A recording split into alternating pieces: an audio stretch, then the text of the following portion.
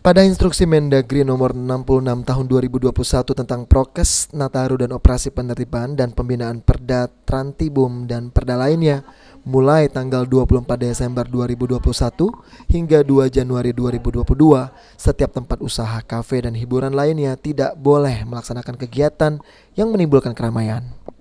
Kegiatan masyarakat yang lewat dari pukul 10 malam akan ditertibkan Satuan Polisi Pamong Praja Satpol PP.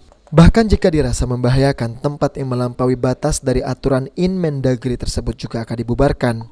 Menjelang libur Nataru, lokasi yang dianggap rawan kerumunan akan terus dipantau, seperti mal dan restoran.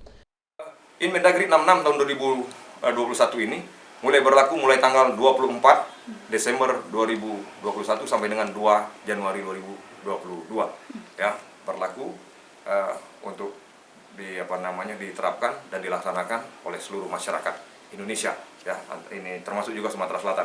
Dan insya Allah ya, kami mendengar bahwa nantinya akan diawali dengan upacara atau gelar pasukan operasi lilin yang dilaksanakan oleh Polda Provinsi Sumatera Selatan di pukul 22.00. Ya. Di luar daripada itu, karena ini sudah kita sosialisasikan, mereka masih melaksanakan operasional, maka kita akan memberikan peringatan, dan bahkan kalau memang itu terindikasi akan menjadikan kloter baru, maka ya, kami bubarkan ya, kluster baru itu.